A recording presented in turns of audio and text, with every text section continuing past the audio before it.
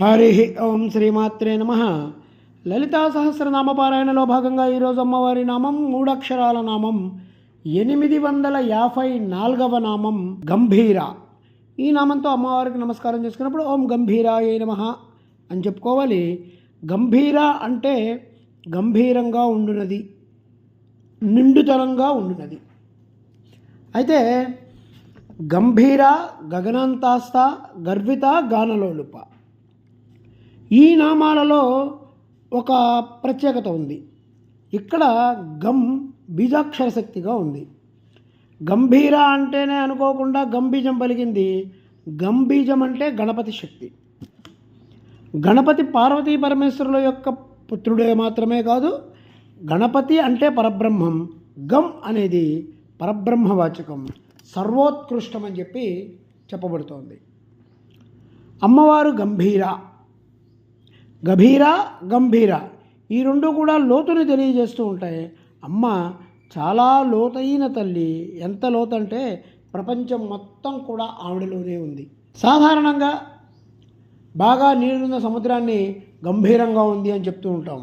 ఆ సమస్త బ్రహ్మాండాలు, ఆ బ్రహ్మాండాలన్నీ కూడా తలోదరి అయినటువంటి తల్లిలో ఉన్నప్పుడు ఆవిడ ఎంత గంభీరంగా ఉంటుంది. స్థూలతత్వం నుంచి సూక్ష్మంలోకి వెళ్ళాలి అంటే సముద్రపాగాదుల అంచుల్లోకి వెళ్ళినట్టుగా ఈ గంభీర అనే నామాన్ని మనం అర్థం చేసుకోవాలంటే అమ్మతత్వాన్ని మనం పూర్తిగా అర్థం చేసుకోవాల్సి వస్తుంది.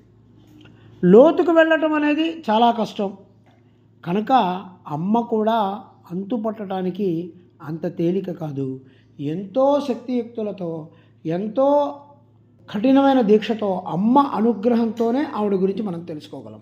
హనుమంతుడు లంకకి వెళ్ళి మొత్తం వెతికాడంట. సీతమ్మ కనబడట్లేదు, సీతమ్మ కనబడట్లేదు, సీతమ్మ కనబడట్లేదు. అయిపోయి ఇక ఈ సీతమ్మ కనబడలేదు, నేను పాయప్రవేశం చేస్తానని చెప్పి లంక కోట గోడ ఎక్కి నుంచునట్ట.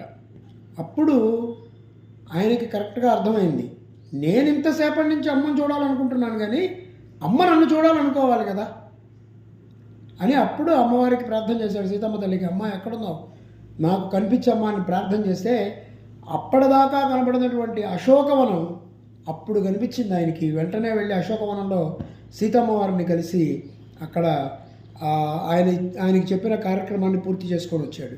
అంటే అమ్మ అనుగ్రహం లేకుండా అమ్మని చూడటమే సాధ్యం కానప్పుడు అమ్మ అనుగ్రహం లేకుండా అమ్మ యొక్క సాధన మనకు ఎలా పూర్తవుతుంది? కాబట్టి గంభీర అనేది అమ్మ లోతుగా ఉన్న అమ్మని మనం తెలుసుకోవటం, ఆ పరతత్వాన్ని తెలుసుకొని దాన్ని కనుక సాధన చేయగలిగితే అమ్మ తేలికగా మనకు లభ్యమవుతుంది. ఓం ఐం హ్రీం శ్రీం గంభీరాయ నమః.